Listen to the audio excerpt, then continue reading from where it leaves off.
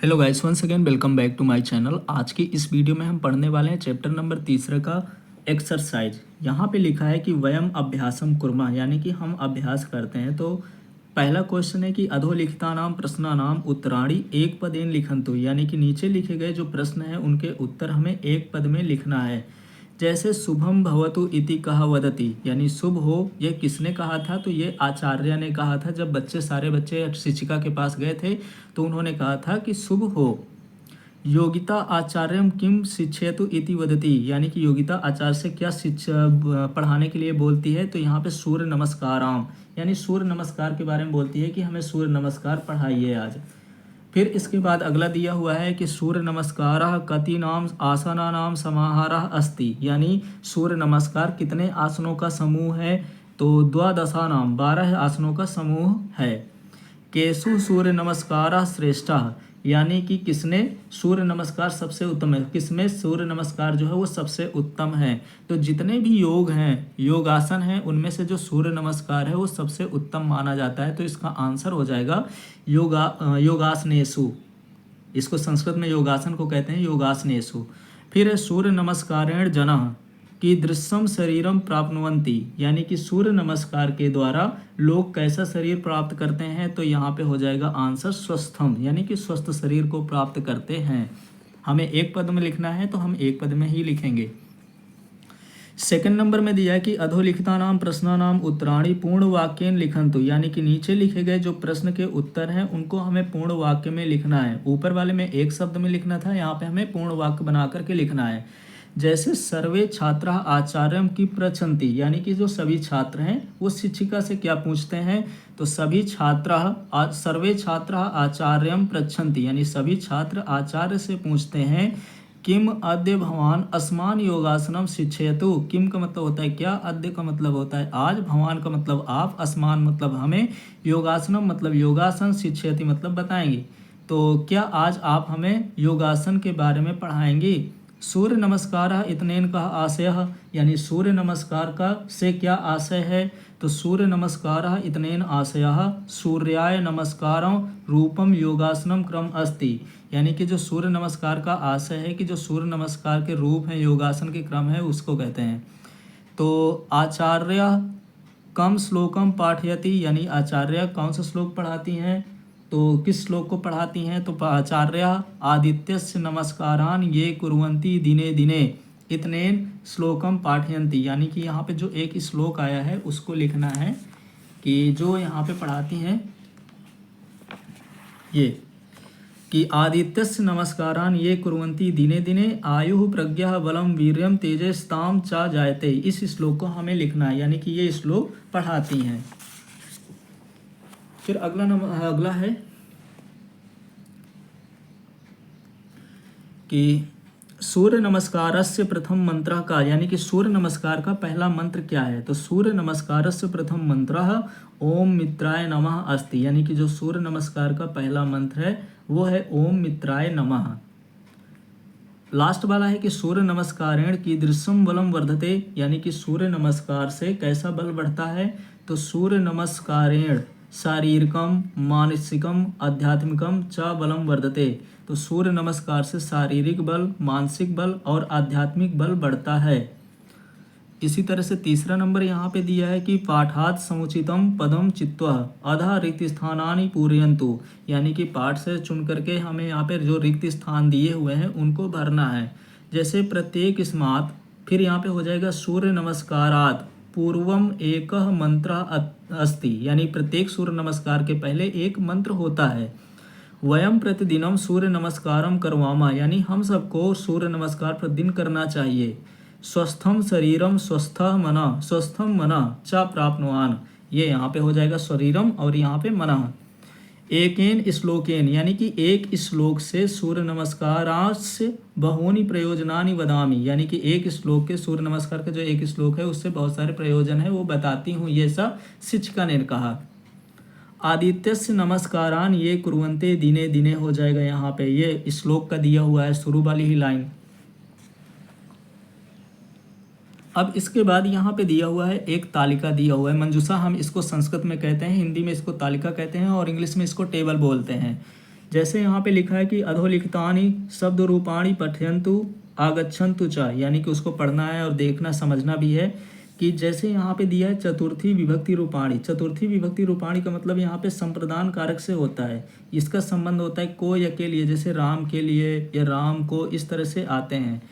तो जैसे आकारांत, आकारांत क्या होता है, और यहाँ पे देखेंगे आकारांत पुल्लिंग है और यहाँ पे आकारांत स्त्रीलिंग है। फिर यहाँ पे इकारांत स्त्रीलिंग है और आकारांत नपुंसक लिंग है। तो आकारांत के पहले बारे में देख लेते हैं।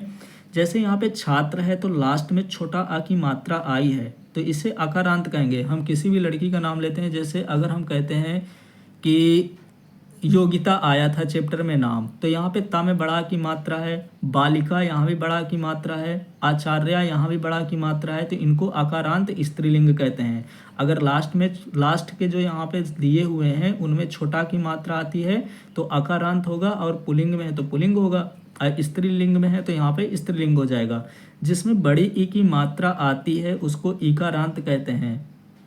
कुछ यहाँ पे नपुंसक लिंग भी दिए हुए हैं, जैसे भोजन हो गया, फल हो गया, आसन हो गया, लास्ट में सभी के छोटा आ की मात्रा आती है तो इनको आकारांत नपुंसक लिंग कहते हैं। तो हमें लास्ट वाले सब वर्ड में ध्यान देना है, यहाँ पे लेटर में ध्यान देना है कि इसमें मात्रा कौन सी आ रही है। जैसे इसमें छोटा की मात्रा है तो आकारांत, इसमें बड़ा की मात्रा है तो बड़ा आकारांत हो जाएगा, इसमें बड़ी की मात्रा है तो ईकारांत हो जाएगा, इसमें छोटा की मात्रा है तो ये आकारांत हो जाएगा। अब जैसे छात्र को हमें एक वचन, द्विवचन और बहुवचन तीनों वचनों में लिखना है। संस्कृत में 3 वचन होते हैं, इंग्लिश में 2 वचन होते हैं, सिंगुलर और प्लूरल, पर संस्कृत में 3 वचन है, एक वचन, द्विवचन और बहुवचन। छात्र को एक वचन में कहते हैं छात्राय, द्विवचन में छात्राभ्याम और बहुवचन में छात्रेभ्यः। तो पहले हम यहाँ पे देखेंगे सिर्फ पुल्लिंग वाले, तो नायक हो जाएगा तो नायकाय, नायकाभ्याम और नायकेभ्यः। इसी तरह से आदित्य का हो जाएगा यहाँ पे आदित्याय, आदित्याभ्याम, आदित्यभ्यः। तो हम यहाँ पे देखेंगे और हमें समझना क्या है कि एक वचन कोई भी लिखा हुआ है यहाँ पे चतुर्थी विभक्ति में, जब एक वचन में हम देखेंगे तो यहाँ पे देखो छात्र लिखा है तो इसमें बड़ा आ की मात्रा लिख करके या यज्ञ लिख दिया गया है तो छात्राएं हो गया, इसमें बड़ा की मात्रा लगा करके या लिख दिया गया है तो नायिकाएं हो गया। यानी कि हम सभी में देखेंगे तो बड़ा आ की मात्रा के साथ या जोड़ दिया गया है, किसमें, पुल्लिंग में। और इसी तरह स्त्रीलिंग में देखेंगे तो यहाँ पे ऐ की मात्रा, या में ऐ की मात्रा, जैसे आचार्य है तो यहाँ पे या लिख करके बड़ा ऐ की मात्रा लगा दिया गया तो आचार्य हो गया, योगिता है तो योगिताएं हो गया, बालिकाएं, शालिनी है तो शालिन्य हो गया, नदी है तो नद्य हो गया, यानी ऐ की मात्रा इसमें इकारांत वाले में जोड़ दिया गया है। तो यही चीज़ हमें समझना है। जो द्विवचन है तो उसमें क्या किया गया है कि सभी में आभ्याम जोड़ दिया गया है। इसमें छात्राभ्याम, नायकाभ्याम, आदित्याभ्याम, आचार्याभ्याम, योगिताभ्याम, बालिकाभ्याम, शालिनीभ्याम, नदीभ्याम, यानी कि सभी द्विवचन में यहाँ पे आभ्याम जोड़ दिया गया है। जैसे यहाँ पे छात्र है तो छात्राभ्याम, नायक है तो नायकाभ्याम, आदित्य है तो आदित्याभ्याम, आचार्य है तो आचार्याभ्याम, योगिता को योगिताभ्याम। इसी तरह से बहुवचन में हम देखेंगे तो एक वचन में छात्रेभ्यः, नायकेभ्यः, आदित्येभ्यः, आचार्येभ्यः, योगिताभ्यः, बालिकाभ्यः, शालिनीभ्यः, निधिभ्यः, भगिनीभ्यः, आसनेभ्यः, भोजनेभ्यः, यानी एभ्यः यहाँ पे जोड़ा गया है। यहाँ पे स्त्रीलिंग में आभ्यः जोड़ा दिया गया है। तो इस तरह से आगे जितने भी हैं उनको हमें करना है।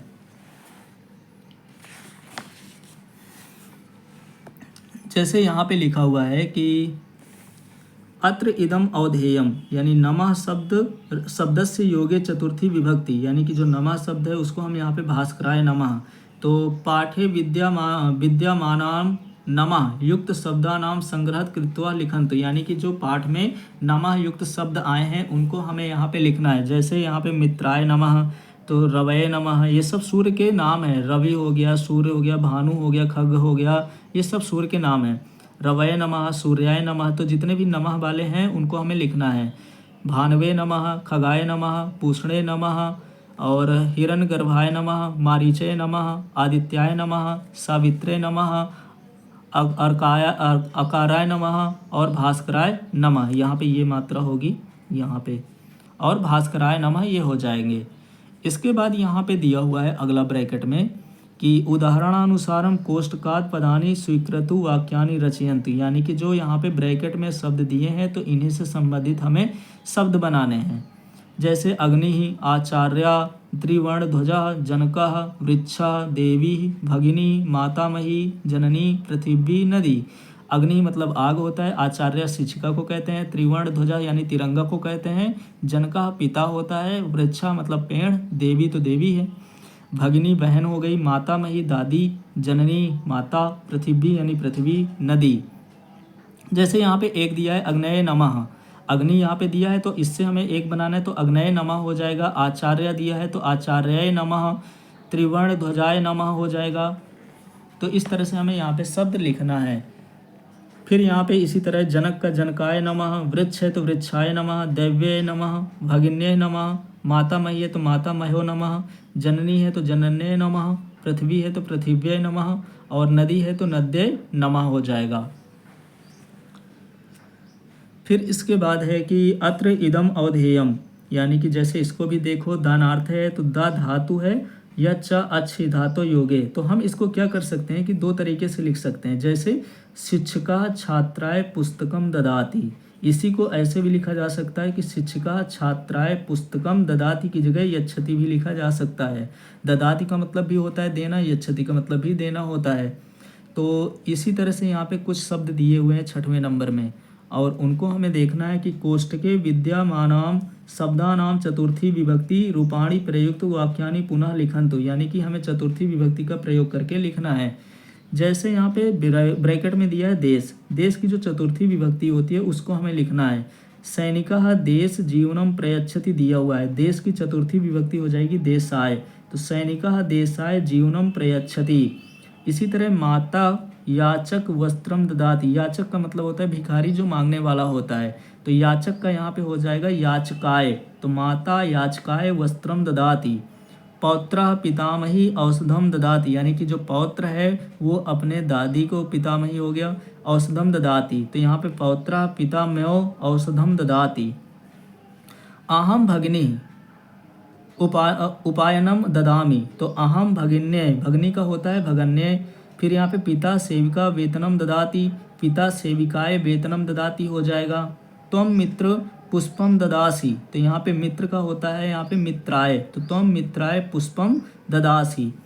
देवः भक्त आशीर्वादम ददाति, तो यहाँ पे भक्ताय हो जाएगा, तो देवः भक्ताय आशीर्वादम ददाति, यानी जो देव है भक्त को आशीर्वाद देते हैं। आरक्षका मतलब होता है सिपाही यानी पुलिस, आरक्षका चोर दंडम ददाति, तो आरक्षका चोराय दंडम ददाति, यानी कि जो सिपाही है वो चोर को दंड देता है। क्योंकि जो चतुर्थी विभक्ति होती है उसमें को या के लिए सेंस आता है, यानी कि जैसे यहाँ पे देखेंगे तो जो सिपाही है चोर को दंड देता है, यहाँ पे देव भक्त को आशीर्वाद देते हैं। तुम यानी कि तुम मित्र को पुष्प देते हो, ऐसे यहाँ पे को या के लिए का अर्थ आता है।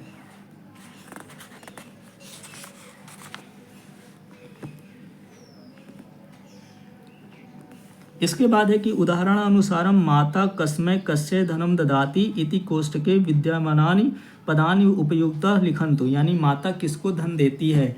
जैसे यहाँ पे लिखा है माता पुत्री ददाति, दिया हुआ है यहाँ पे पुत्र, ये पाचिका, आपाड़िका, याचिका, पितामही, यहाँ पे माता भी रहेगा और ददाति भी रहेगा। हमें यहाँ पे जो ब्रैकेट में ग्रीन कलर का ब्रैकेट दिया है इसका हमें चतुर्थी विभक्ति लिखना है। जैसे पहला नंबर में क्या है, का नंबर में कि माता पुत्रे धनम ददाति, पुत्री का यहाँ पे हो जाएगा चतुर्थी विभक्ति पुत्रे। फिर माता पुत्राय धनम ददाति, पुत्र का होता है यहाँ पे पुत्राय चतुर्थी विभक्ति में। इसी तरह से माता अपाड़िकाय धनम ददाति, माता पाचकाय धनम ददाति, माता पितामहो धनम ददाति और माता पाचिकाय धनम ददाति। अच्छा ये दो बार माता पाचिकाय धनम ददाति और ये यहाँ पे पाचिकाय है, ये पुरुष लिंग में है और ये स्त्रीलिंग में है, क्योंकि स्त्रीलिंग में जब होता है तो चतुर्थी विभक्ति में अ की मात्रा लगाते हैं और जब पुरुष लिंग में होता है तो वहाँ पे बड़ा आ की मात्रा और या यज्ञ। इसी तरह से आगे नंबर में दिया हुआ है कि उदाहरणानुसारम रिक्त स्थानानि पूरयन्तु, यानी कि उदाहरण के अनुसार रिक्त स्थानों की पूरे कीजिए। जैसे गणेश है, गणेशाय एक वचन में लिखते हैं, द्विवचन में गणेशाभ्याम और बहुवचन में गणेशेभ्यः लिखते हैं। इसी तरह से भक्त है तो भक्ताय हो जाएगा, भक्ताभ्याम द्विवचन में, और भक्तेभ्यः। सेविका का होता है सेविकाय, सेविकाभ्याम, सेविकाभ्यः। अनुजा यानी कि छोटी, अनुजाए, अनुजाभ्याम, अनुजेभ्यः। गृहिणी का मतलब है यहाँ पे एक वचन में गृहिणे, गृहिणभ्याम, गृहिणीभ्यः। कुमारी यहाँ पे कुमार्ये, कुमारीभ्याम, कुमारीभ्यः। वन का है वनाय, वनाभ्याम, वनेभ्यः। मित्र का हो जाएगा मित्राय, मित्राभ्याम, मित्रेभ्यः। तो यहाँ से ये चैप्टर कंप्लीट हो गया।